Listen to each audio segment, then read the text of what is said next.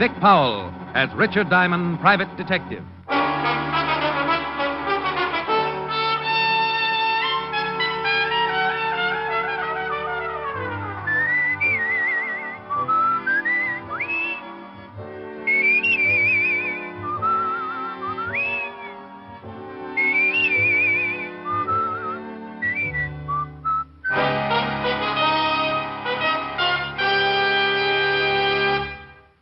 Now a half hour with Richard Diamond, private detective, starring Dick Powell.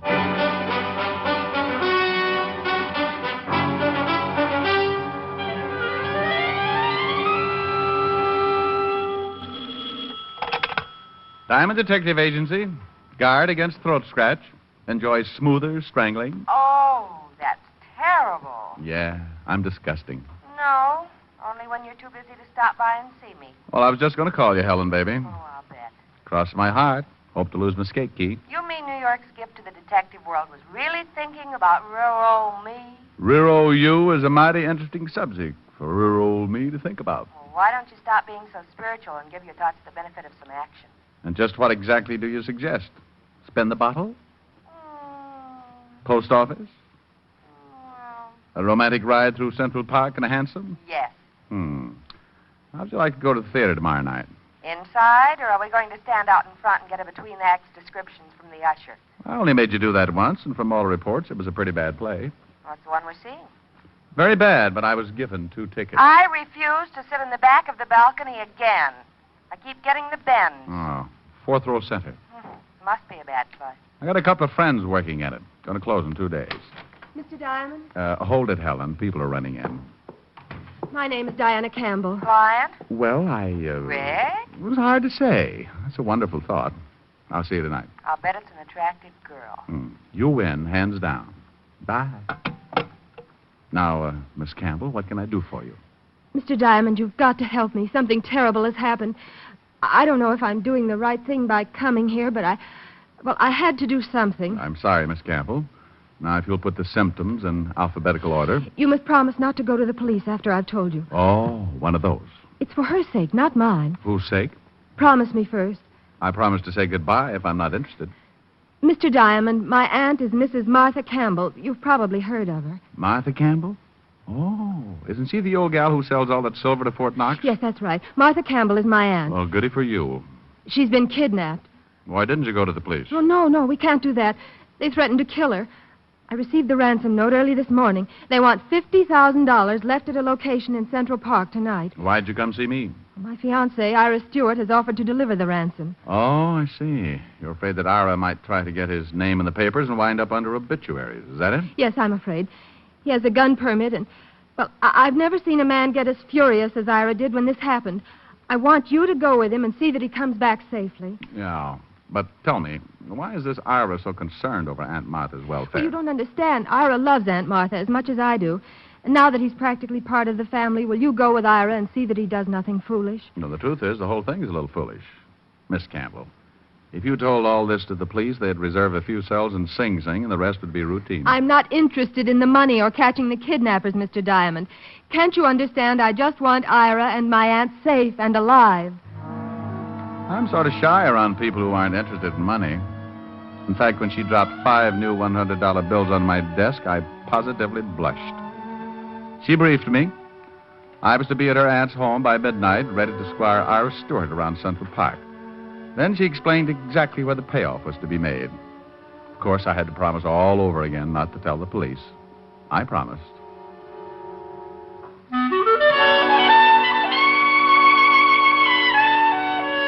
Diana Campbell left, but her perfume lingered on. I could have sat around and let that odor drive me to a cheap neurosis, but there were things to do. And the first thing I did was to break my promise to Diane. Well. If it isn't Sergeant Otis, and I'd be happy if it wasn't. Otis. Wake up, Sergeant. Up with the buttercups. It's 3 o'clock in the afternoon. Oh, hello, Shamus. Otis, you'd make a hibernating bear look like an insomnia victim. Well, I'm tired. I've been working hard. I guess you got a right to be tired.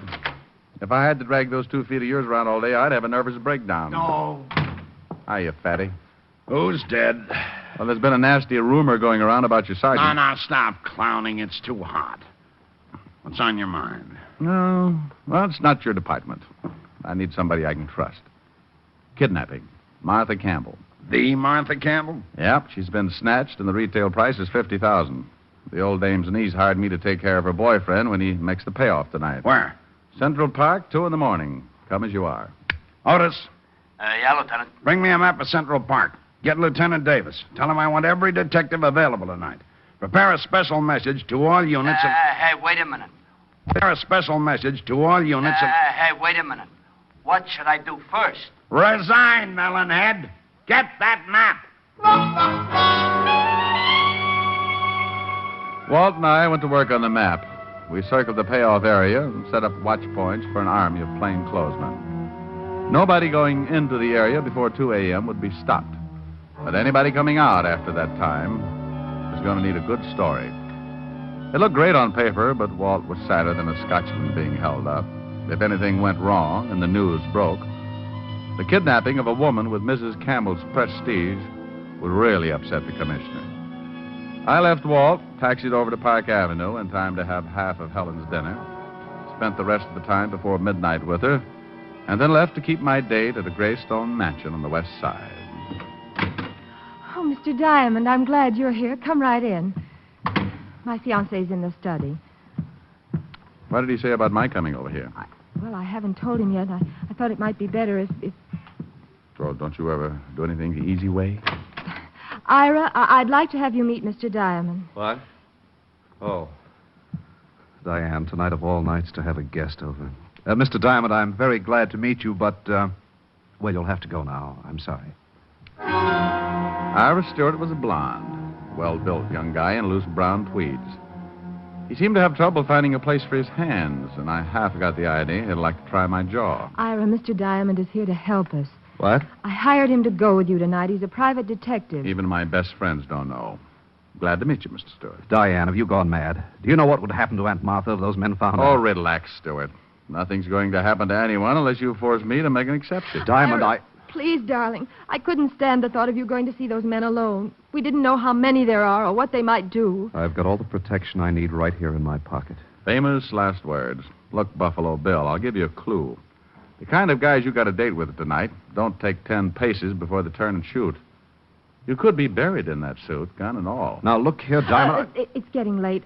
I'd better get the money. We followed Diane up a winding staircase and into Mrs. Campbell's bedroom. This little nook was somewhat smaller than Grand Central Station, with an acre of bed in the middle.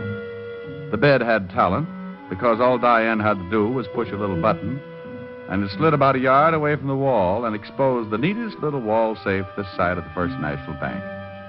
Diane fingered the combination, and a minute later, I found out whose picture is on a $1,000 bill. There were 50 prints. Here, Diane. Put the money in this bag. It's 1:30, Stewart. I'm ready. Ira, please be careful. Please, both of you. Glad I made the team. Let's go.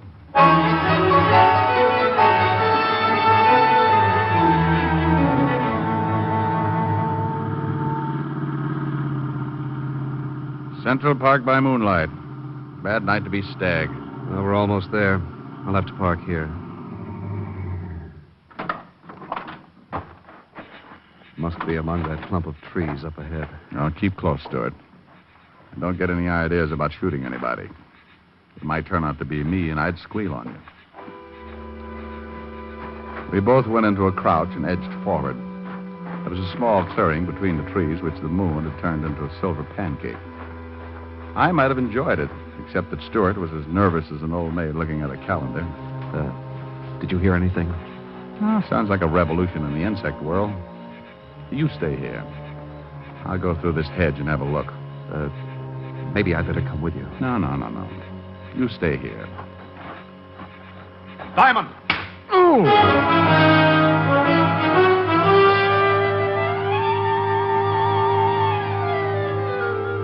Something caught me hard and neat behind the ear, and I jackknifed into a face full of Mother Earth.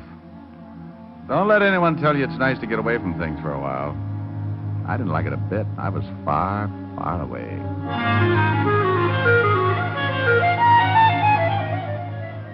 I don't don't know how long my beauty nap lasted, but the first thing I felt was an elevator starting around my heels and roaring up.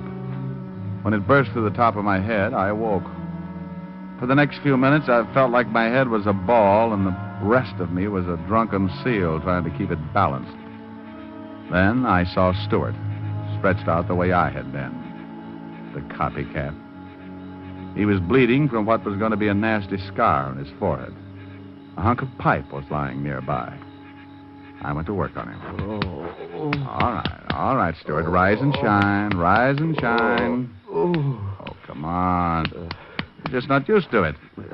I make it a point to have my head cracked at least once a week. What happened? Oh. Last one out talks first, and that's you. Yeah. Now I remember. There were two of them. One started for you, and I yelled. Check. Then I heard one of them say, "Get him, Bob." And then you were shaking me. Diamond. The bag. The money's gone. So it was. It was time to give Walt part of my headache. Stewart and I stumbled back to the car. There was someone in the front seat. I pulled the door open and found myself face to face with the kidnapped Mrs. Martha Campbell. She was dead.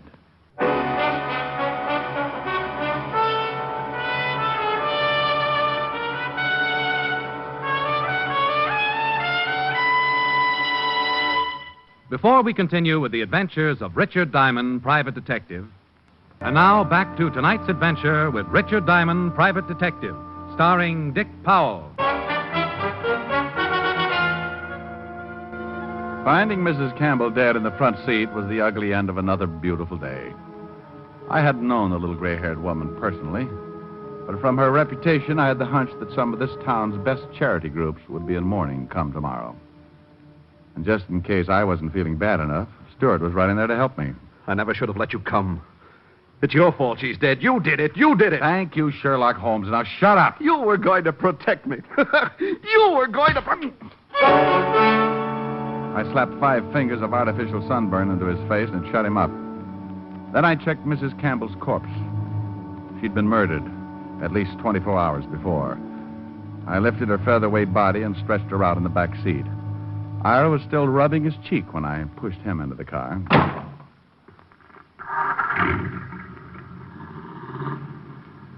Now, what about those 2 guys, Stewart?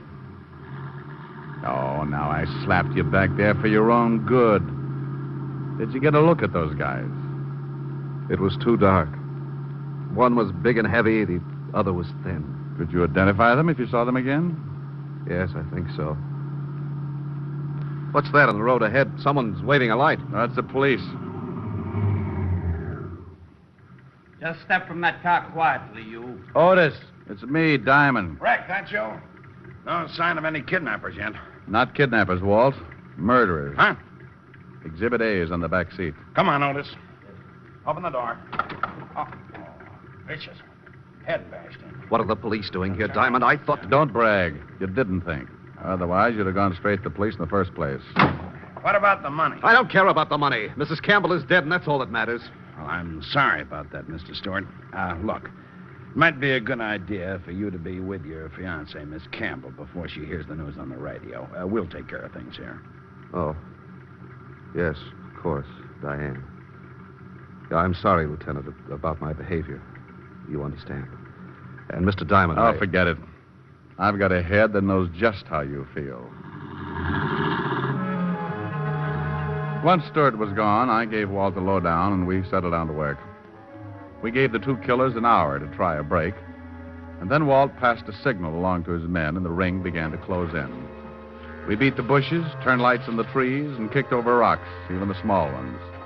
But by the time we reached the payoff spot, we'd found nothing out but each other. Now, that's impossible. Are you men sure you didn't miss anything? Double-checked all down the line, Lieutenant. They couldn't have gotten through. Take it easy, Walt. Time now for cool heads and dull little dragnets. Otis, I want you to start picking up mugs wholesale. Right, Lieutenant. Anybody who even thinks twice before he answers, bring him in. I want this town covered from the Harlem River to the Battery. Now do it. Otis waddled away, and I drove back to police headquarters with Walt. Soon, Manhattan Island was tucked under a blanket of blue as the biggest police force in the world went to work. The next day, I took a stroll through Central Park for another look at the spot where Stewart and I had been slugged. I found one possible witness, but he wouldn't talk. Probably because he didn't know how. He happened to be an English sparrow. Late in the afternoon, I dropped back to see Walt. He was in his shirt sleeves, hunched over a desk piled high with notes, reports, and cigarette butts. Neither of us had gotten any sleep the night before, but he was advertising it. Oh, Rick, I could kick myself. I ought to turn in my badge. We should have had those guys. Nothing in the lineup? No, I've been looking at drunks, ex-cons, and two-bit hoodlums all day, and they're all clean. If someone tried to sell me an Invisible Man routine, I'd be willing to listen. Walt, if you keep banging your head against a stone wall, your eyes are going to register tilt. You need a breather on this case. Look, I got 2 tickets for play tonight. What about it? Are you kidding? I've got work to do. Oh, but Walt, the play is a musical murder mystery. The cop on stage is bound to have more troubles than you. Yeah, I bet. Well, maybe you're right. Sure, I'll go. Thanks, Rick. I'm glad Walt didn't ask any more questions because my supply of answers was down to one sorry shrug. However, this last maneuver didn't go over too well on Park Avenue when I dropped in to tell Helen she was being stood up. Rick Diamond, this time you've gone too far. Now, would it help any if I said it was business? No. Well, I suppose there's nothing I can do. I spent all day buying a new dress and getting my hair done, and then you walk in at the last minute and tell me you... Helen, baby. Now, you stay away from me, Rick. Rick, let go of me. No, in a minute. Rick.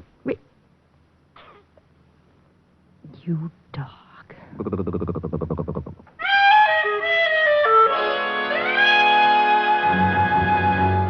Walt was ready when I dropped in at the precinct and we took off for the theater.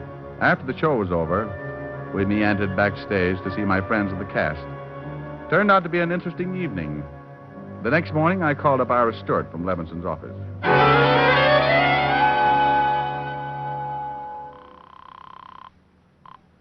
Yes?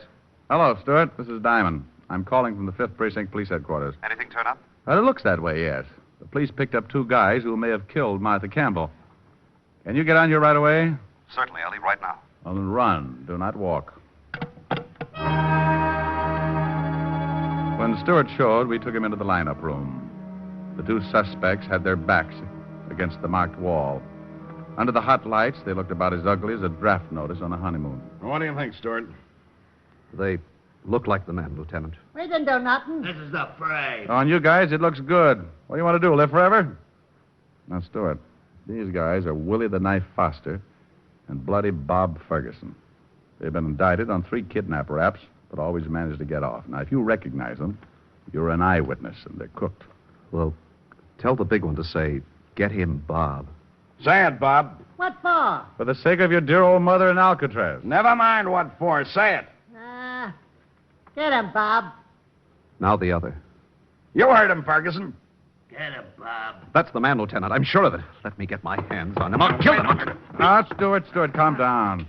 State of New York will take care of them. This is a lousy frame. You can't pin this on us. He was babysitting that night. Okay, lock him up, Otis. Right. Book him on suspicion of murder. Stewart, come into my office. I want to get your statement. After getting his statement, Walt told Stewart the case was closed. We congratulated each other and shook hands all around. Then Stewart walked out. We gave him enough time to get into his car and start away. A moment later, Walt and I jumped into an unmarked police car and played Follow the Leader. Rick, this case turned right side up too quick to suit me. What made you tag Stewart and plant your actor friends in the lineup? Walt, the trouble with you is that you're too modest. You set an airtight man trap for 2 unknown kidnappers and then blame yourself because the net came up empty. Well, he had you fooled, too. That's true. I'm ashamed to admit. But Stewart had a good plan. He kidnaps the lady himself, sends Diane a phony ransom note. Then, with a reputable private detective present, that's me, he gets the $50,000 and even bops himself on the head to make it look kosher. You'd have made a perfect alibi for him, Rick. But where did the old lady's body come from? He probably had it in the car trunk when we drove into the park the night of the supposed payoff. Hey, he's turning at the park. Mm-hmm. Soon comes the part we don't know yet. We should have nabbed him back at the station. I'd like to sweat him for a few hours. On what? The identification? So he claims it was a mistake. Could happen. The jury would think so. No, Walt. He's put on too big an act to fold under questioning. He's been acting ever since he made Diane believe he loved her, just to gain Martha Campbell's confidence. He's parking up ahead. Yeah. Now let him answer the $50,000 question. And where did he hide it?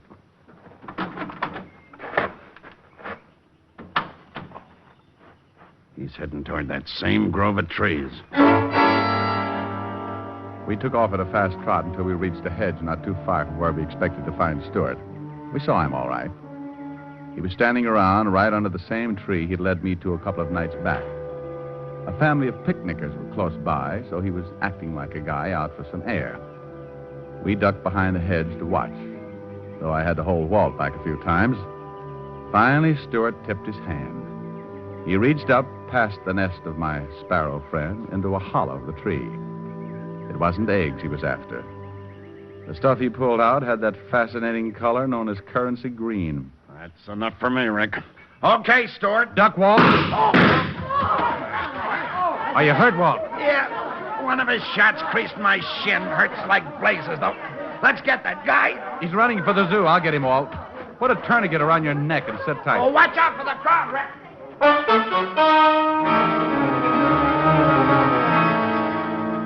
What the shooting did to that crowd, a skunk couldn't do in a bargain basement. They suddenly decided there was no place like home.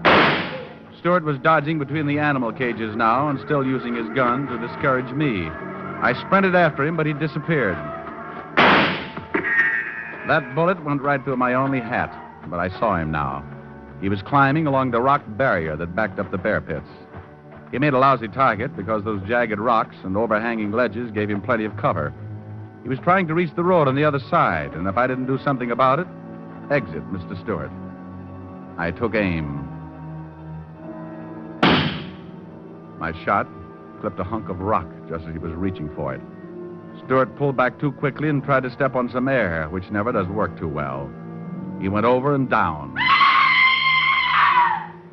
He never hit the ground because down in that pit, waiting for him with open arms, was a giant polar bear that had never forgiven the man who brought him from Alaska to New York.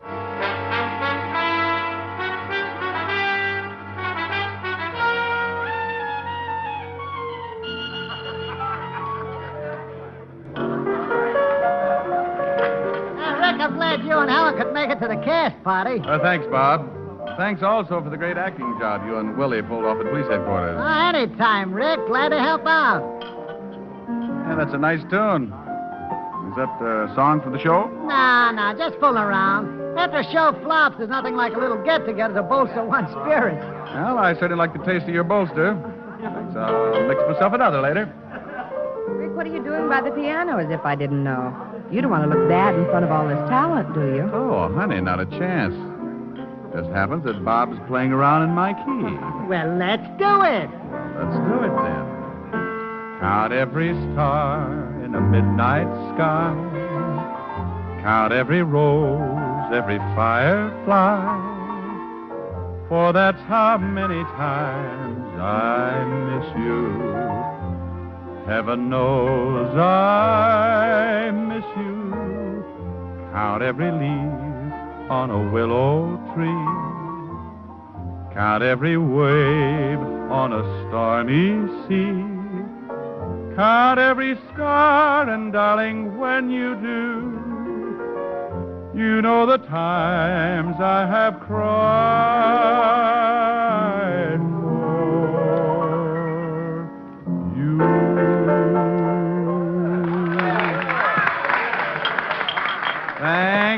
Thank you. I'm sorry, but due to previous commitments, I'm only available for stage, screen, radio, television, and parade. Rick, you are becoming a ham. Me becoming a ham? Oh, my dear, really?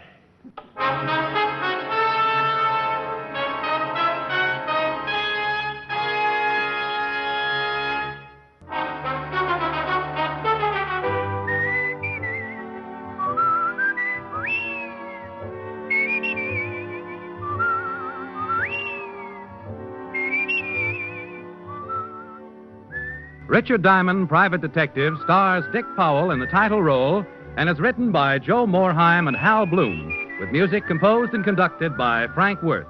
Featured in tonight's cast were Virginia Gregg, Ted DeCorsia, Wilms Herbert, Mary Shipp, Dick Ryan, and Hy Averback. Richard Diamond, Private Detective, is produced and directed by Jaime Del Valle.